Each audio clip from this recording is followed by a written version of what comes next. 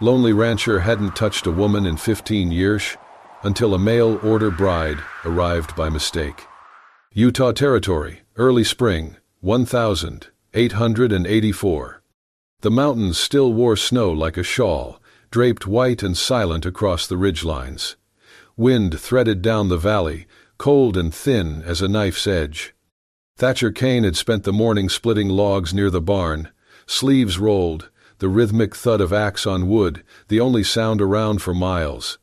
He was reaching for another pine round when movement caught his eye, far down the muddy road. A woman. Mid-20s maybe. Mud clung to the hem of her skirt in heavy clumps, and the heel of one boot dragged behind like a wounded limb. Her suitcase bumped unevenly over the ruts in the road, its leather edges battered and soft with wear. A gust of wind caught her bonnet, nearly tore it loose. She grabbed it with one gloved hand, not stopping. Thatcher straightened slowly. She reached the fence and stopped. The wind tugged at her coat. It was too thin for this place, too light for a spring that still carried teeth. Their eyes met. He said nothing. Her voice, when it came, was dry, cracked with wind and travel. "Mr. Kane?" He gave a slight nod, uncertain. "I'm Eloise Mercer," she said. "I believe I'm your mail-order bride." The words didn't quite settle. They hung there, like smoke. Thatcher blinked. "You're what?" She fumbled in her coat, pulled out an envelope. The paper looked like it had been folded and unfolded a dozen times. She held it across the fence, not pleading, just steady. "It's from Matrimonial Matches in Omaha," she said, "signed with your name, your ranch address." He took it, slow. The signature looked familiar, but the strokes were too careful. His name, Thatcher Kane, was there in neat black ink, but it wasn't his hand. It was a mask worn by someone who knew just enough. "This isn't mine," he said flatly. She didn't look surprised. "I figured," she murmured, "but it was real enough to get me here." The wind picked up. Her coat flared around her legs. She clutched the handle of the suitcase a little tighter. "I left everything. Job, room, the few friends I had." Her gaze shifted, up toward the ridgeline, then back to the fence between them. "Spent what I had on that train ticket." He didn't answer, just looked at her, at the smudge of coal dust on her cheek, the blisters forming on her hand. She lowered her eyes. "There's no one waiting for me back east, and apparently no one here, either." She didn't beg, but her voice had thinned, just slightly. Her shoulders dropped the smallest inch, and then she turned, slow, resigned. He watched her, saw something in the way she moved, like she had already accepted being turned away. Not hurt, not angry, just used to it. He let out a long breath through his nose. "Wait," he said. She stopped, turned halfway, eyes guarded. He nodded toward the cabin. "Storm'll roll in by dark. You'll sleep inside." She blinked. "Inside?" "I'll take the chair. You can sleep near the stove." A pause. "Just for tonight," he added. Her jaw tightened. She hesitated. Then, finally, she nodded once. He unlatched the gate and stepped back. She passed through, careful not to touch him. They walked toward the cabin, boots crunching cold gravel. Neither spoke. 15 years since he'd shared a roof with anyone. Tonight, the silence would be broken by 2 sets of footsteps on the wood. The morning frost clung to the windows when Eloise rose. She dressed quickly, knotted her hair at the nape of her neck, and stepped out into the yard before sunrise. She didn't ask what needed doing. She simply started doing it. By the time Thatcher stepped outside, the front porch was swept, the hens were fed, and the kettle on the stove was whistling softly. She greeted him with a quiet nod, not cheerful, not distant, just enough to acknowledge his presence without disturbing the silence he seemed to wear like armor. He nodded back and walked to the barn without a word. That's how the days went. Eloise worked hard, and Thatcher let her. She cleaned the corners of the cabin he hadn't touched in years, patched the curtains, mended the loose hinge on the pantry door. At night, she cooked without fuss, simple food, stew, cornbread, boiled beans with salt pork. Thatcher ate without complaint, but he never lingered. They never ate at the same time. Once, Eloise left a warm plate on the table before heading out to fetch water from the well. When she returned, the plate was empty, washed, dried, and set back on the shelf. No comment. No, thank you. She didn't mind, not really. What puzzled her wasn't what he said, it was what he did when he thought she wouldn't notice. One morning, she came in from feeding the goats, soaked through from sudden rain. A clean, dry coat was hanging from the peg by the door, his, not hers. Another time, when she coughed through the night, she woke to find a pot of hot water simmering on the stove and a tin of old peppermint tea beside her cup. But Thatcher Kane never once looked her in the eye longer than a second, never asked how she was sleeping, never stood close enough to brush shoulders in the narrow kitchen. It was as if he lived on the edges of his own home, letting her occupy the center only as long as she didn't ask why. Eloise was used to quiet men, the kind who buried their grief under layers of pride and practicality. But this was something else. Thatcher didn't just avoid affection, he avoided proximity. She began to wonder what he was running from, or who. One evening, after a long day repairing the chicken coop, Eloise sat on the porch, her boots caked in dried mud, hands raw from hammering. Thatcher stood near the hitching post, brushing down the old bay mare. His back was to her. She spoke quietly, her voice barely reaching over the sounds of wind and horse. "Do you always treat your guests like ghosts, Mr. Kane?" He paused, the brush stilled in his hand, but he didn't turn. "You're not a guest," he said. That stung, sharper than she expected. "I see," she replied, folding her arms. "A mistake, then." He still didn't turn. After a long pause, she asked, "Do you think I'm here because I want to be pitied?" "No." Her eyes flicked toward him. "Then why the silence, the distance? You've had every chance to send me away." Finally, he turned, but only part way. Eloise stood, took a step forward. Not enough to crowd him, just enough to be seen clearly.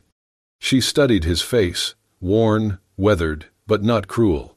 "If I wasn't meant to be here," she said, voice steady, "why haven't you sent me away?" The question lingered in the air like wood smoke. Thatcher met her gaze then, really looked at her, for the first time since she'd arrived. Something shifted behind his eyes, something buried and tightly held. But he didn't answer. He simply looked at her for one long, unguarded moment, then turned back to the horse, continuing the brushstrokes like nothing had happened. Eloise didn't push, but as she returned inside, closing the door behind her, the silence felt different. Not emptier, just waiting. The wind howled low through the pines that night, dragging the cold down from the mountains like a ghost searching for the door. Inside the cabin, the fire cracked, but gave little heat. Thatcher sat alone at the table, staring at his supper gone cold. He hadn't seen Eloise all afternoon. She'd gone to the creek early to wash linens and hadn't come back with her usual quiet hum or the scent of lavender soap trailing behind her. He finally knocked at her door, 3 slow raps. "Miss Mercer?" No reply. He opened the door a crack. She lay curled on the bed, her face pale and damp with sweat. Her breath was shallow, her lips dry. The basin by the bed was full of untouched water, and the wet linens she'd tried to wash lay forgotten on the floor. Her skin burned under his hand, hot like fire. He froze, realizing what he'd just done. He was touching someone. His first instinct was to pull away. But he didn't. Instead, he drew the chair closer to her bedside and Saturday. He stayed. Years earlier, a different room, a different world. Thatcher stood in a crowded train station, the letter in his hand trembling. "We regret to inform you." She'd gone to France, volunteered as a nurse, promised to come home. She never did. The shell hit the field hospital on a quiet morning. No warning, no survivors. He remembered the last thing she said before leaving. "You always think you'll get to say goodbye, but you don't. Not really." He hadn't touched anyone since. Because the last person he loved died the moment he let her go. And some part of him, twisted, broken, believed it was his fault. That night, as Eloise burned through her fever, Thatcher placed a damp cloth on her forehead, changed it every hour. He didn't sleep, didn't move from that chair. Her hands twisted in the sheets, her lips murmured names, some real, some imagined. Then a sentence that struck him like thunder. "Get off me, please, no, don't." Thatcher leaned forward, voice low. "You're safe. No one here will touch you. You're safe, Miss Mercer." She whimpered, then stilled. He couldn't stop his hand this time. He reached down, took her hand in his. It was small, work-worn, calloused from scrubbing floors and feeding animals, but warm, alive. And he held on like it was the only thing keeping her tethered to the earth. By dawn, the fever broke. Eloise stirred, eyes fluttering open. Her breath came slow, her gaze unfocused. He let go of her hand as if it burned him, but not fast enough. She saw. And for the first time since arriving, her voice cracked with something more than politeness. "You stayed." Thatcher stood, cleared his throat. "It's not safe to sleep through a fever. You needed water. I made sure." Silence passed between them, heavy but not cold. Then she said quietly, "I thought I was going to die." He didn't answer. "Before this," she continued, "I worked at a roadside inn. They bought me after my parents died, called it an apprenticeship, but it was just labor. And when the owner got drunk, She didn't finish. She didn't need to. I hid in the back of a supply cart and jumped the tracks west when I got the chance." Thatcher looked at the floor. "You never told me. You never asked." More silence. Then his voice, quieter than before. "My wife was a nurse. She died in the war." Eloise nodded slowly. "I wondered. You walk like a man who's been left behind." They didn't cry, didn't fall into each other's arms, but something passed between them. Recognition. The way broken people recognize the shape of someone else's grief. That night, when Eloise finally drifted back into restful sleep, Thatcher sat by the hearth, watching the last embers die. His hand still remembered hers. And for the first time in 15 years, he didn't feel cursed for surviving. He just felt human. The town of Millwater sat cradled in a bowl of pines and red clay, 2 days' ride from Thatcher's ranch. He came in only when necessity demanded: nails, salt, medicine for the cattle. He slipped into the general store, hat low, shoulders drawn inward. In a town like this, solitude made you conspicuous. At the counter, the shopkeeper paused, seeing the familiar silhouette. "Kane," he said, voice casual but sharpened. "Heard there's big news in your direction." Thatcher's hand froze over the sack of salt. "What news?" The man tipped his head a little. "Word is you asked for a bride, a mail order. Came in on the coach some weeks back. They say she's fair, well-spoken." His eyes flicked to Thatcher's face, searching. Thatcher said nothing. He paid, collected his parcels, and walked out. The wind caught at his coat, tugged at the brim of his hat. Outside, whispers trailed him like dust. He didn't ride straight home. He turned north, past the quarry, over ridges where the pines thinned and rock showed through earth. Monroe's pasture lay ahead, fence lines pale in the dusk. Jake Monroe was there, skinning a deer beside a shed. He glanced up, blood on his hands. "Well now," Jake said, almost amused, "if it isn't the ghost of Cain come out for provisions." Thatcher dismounted quietly. The board creaked under his boot. "Don't dance around it," Thatcher said. "You sent the letter." Jake stiffened. "Letter? What letter?" "What letter?" He says, "Into a place of the stopped. What are say, the one with my name, asking for a wife, signature, address, the whole damn thing." Jake's eyes narrowed.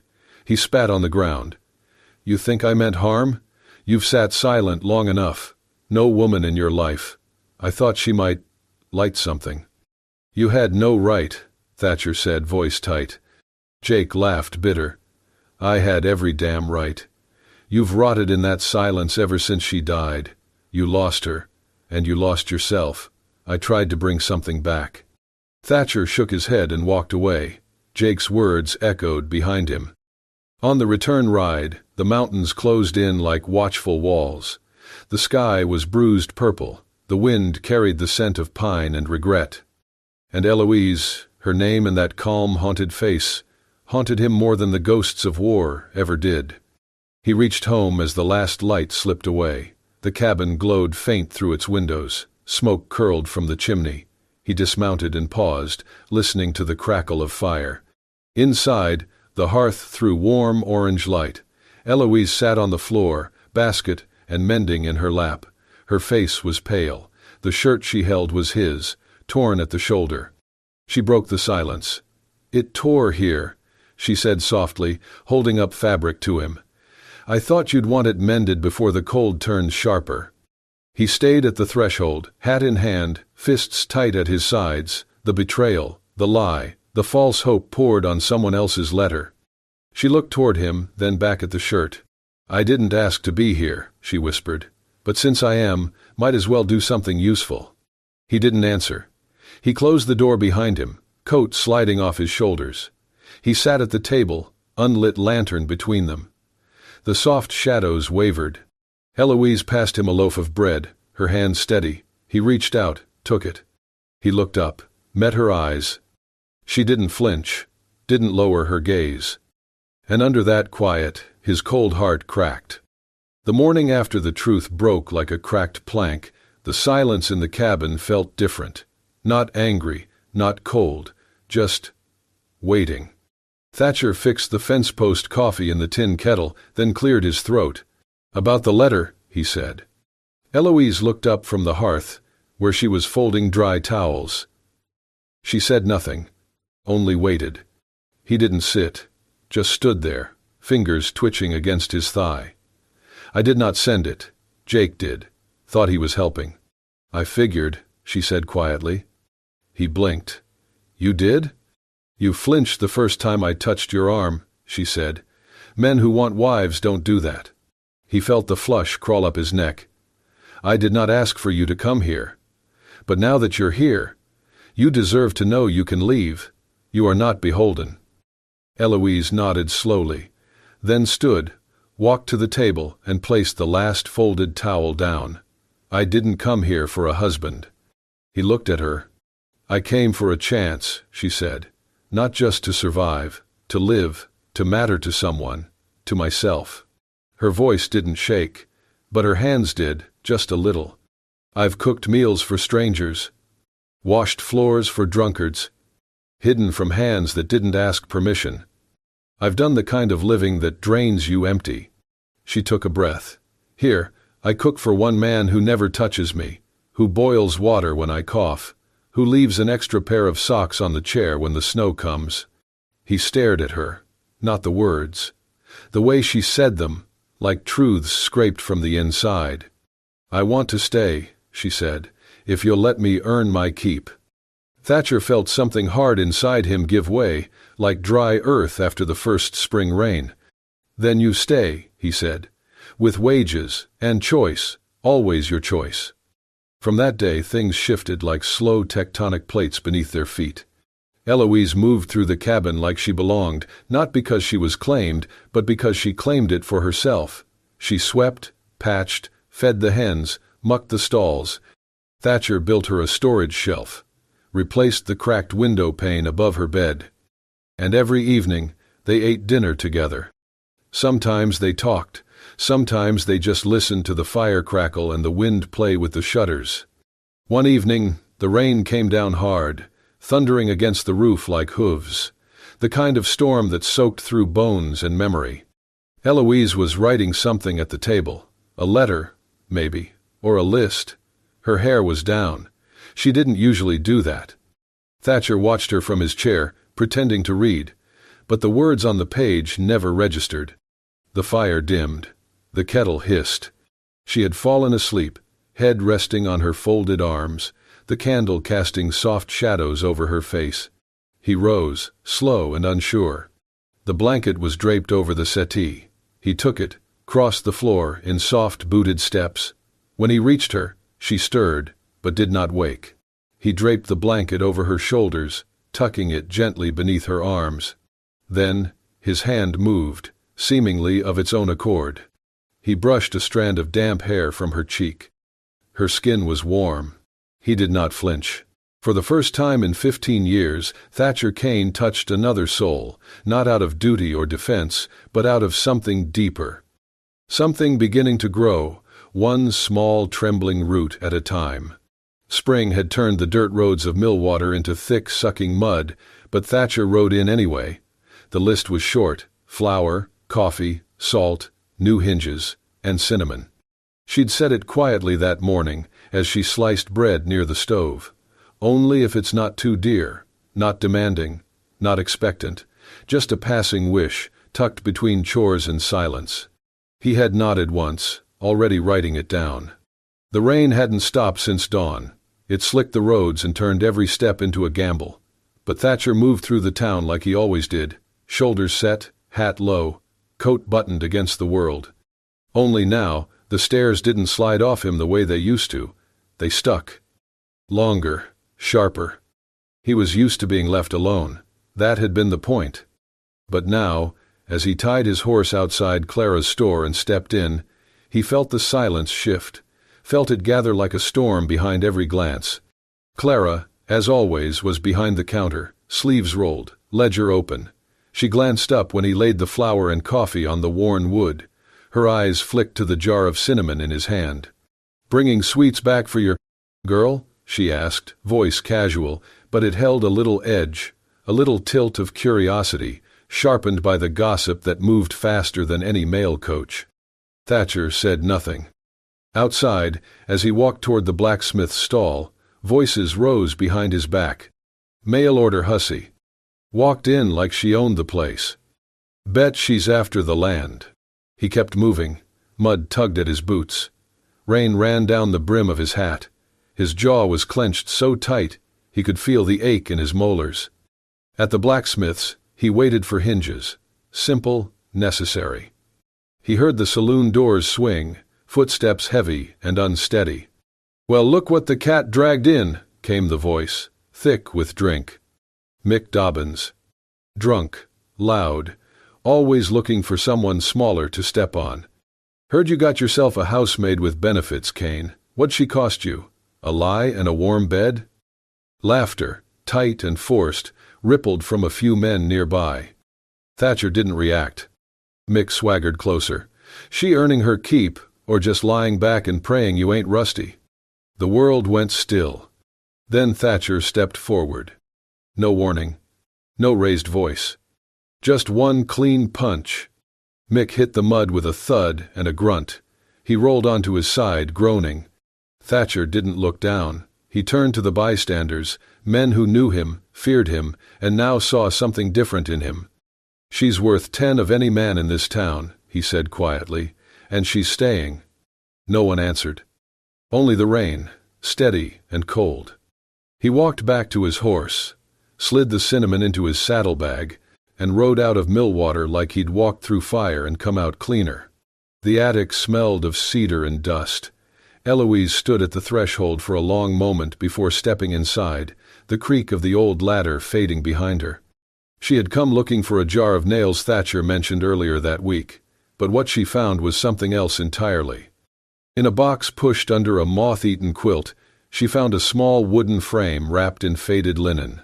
She unwrapped it slowly. A photograph, black and white, edges curled. A woman, young, strong-featured, standing beside Thatcher. They were both dressed in their Sunday best. He was smiling, not the ghost of a smile he wore now, but a full, wide grin. The woman had her hand on his chest, and he had one arm around her waist, like he had every right in the world to hold her. Eloise stared at the image for a long time. Later that evening, the jar of nails forgotten, she came down to the porch where Thatcher sat polishing his boots. The sunset painted everything gold and copper, shadows long across the field. He looked up when she approached, eyes narrowing just slightly. She sat down beside him, quiet, the photograph cradled in her hands. "I found her," she said softly, "in the attic." Thatcher froze. The brush in his hand stilled mid-motion. "I wasn't snooping," she added quickly. "I was looking for nails." He gave a small nod, not meeting her eyes. Eloise looked down at the photo again. "She was beautiful," she said. He closed his eyes. "I thought you might be upset," he said after a moment. "Angry. Or hurt." "I'm not," she said, handing the frame over. He took it, hands trembling faintly. "I'm not her," Eloise said quietly. "I never will be." Thatcher swallowed hard. "I know. But I can love you," she continued, voice barely above a whisper, "in the way I know how." He stared down at the photograph, then at his hands, scarred, sun-worn, calloused. "I never meant to let anyone in again," he said. "I thought if I didn't touch, didn't speak too much, didn't care, I wouldn't lose anything." Eloise folded her hands in her lap. She didn't interrupt. "She was killed by a shell," he said, "in the war. I got the letter 2 weeks after I'd written asking her to come west with me." His voice cracked. "I didn't even know she'd said yes." A long silence fell between them. "I kept thinking," he said, eyes on the photo, "that I was the curse, that everyone I care about gets taken. I thought if I lived quiet, alone, maybe I could outwait the bad luck." Eloise reached out then, not to touch, but to simply rest her hand on the edge of the bench near his. He looked at it, then at her. And then, finally, he broke. It wasn't loud. There were no sobs or gasps, just a slow, silent crumpling, shoulders hunched, chest shaking, breath catching on words he didn't say. Tears ran down the creases of his weathered face, dripping onto the boots he'd polished until they shone like memory. Eloise moved closer, not to smother, not to fix, but to be there, present, real. He didn't pull away. And when he finally looked up, eyes red-rimmed and glassy, he whispered, "I'm sorry." "For what?" "For still being alive," he said, "when she isn't." Eloise blinked. "You don't have to apologize," she said. "You lived. That's not a betrayal. That's a miracle." He let out a broken sound, something like laughter, something like relief. "I didn't know I needed to hear that," he said. She smiled, the corners of her lips trembling. "I think we all need reminding sometimes," she said, "that we're allowed to keep going." Thatcher looked at the photo once more. Then, gently, he set it aside. "I don't know how to start over," he admitted. "You don't have to," Eloise said. "Just start." He turned to her then, really looked at her, the woman who had arrived by mistake, the woman who had stayed by choice. And for the first time, he didn't see a shadow of someone he lost.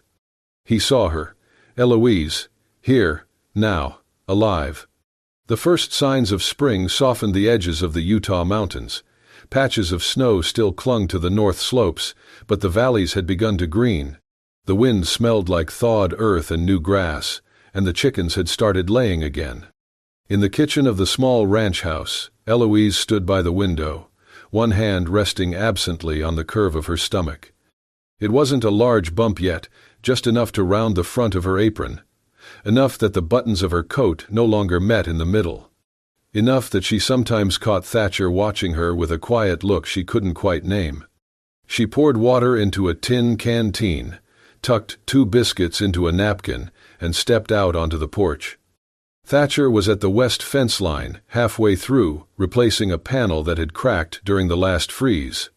His sleeves were rolled to his elbows, revealing sun-darkened forearms, and his hat sat low on his brow as he hammered a new plank into place. He didn't hear her approach at first, not until her boots crunched softly on the gravel path. She didn't call out, just set the water and napkin on the table beside the tool chest, then stood for a moment, watching him work. He paused, glanced over, and offered a quiet smile. "Thank you." She nodded. "You've been out here all morning." He shrugged. Felt good to fix something that stays fixed. She smiled at that, the dry humor she had come to expect, the way he said everything with fewer words than most people used to say nothing. He set down the hammer and reached for the canteen. She watched as he drank, slow, measured, then handed it back. Their fingers brushed. And for once, neither of them looked away. He held her gaze for a long moment. Then, without fanfare, he reached down and took her hand. Just that. No speeches, no trembling confessions. Just his calloused fingers wrapping around hers, grounding her. They stood like that for a long time. "I thought I'd live and die alone," Thatcher said finally, voice low, steady. "But you," he gave a small, incredulous laugh, shaking his head, "you were the one mistake I needed." Her throat tightened. She didn't speak. Didn't need to. She leaned forward and rested her forehead lightly against his chest. He pulled her in gently, the bump of her belly fitting between them like it belonged there. Because it did. They weren't perfect. They hadn't followed any map, but they had found something worth holding on to. Later that evening, the sky turned the color of ripe apricots, and the air smelled like rain.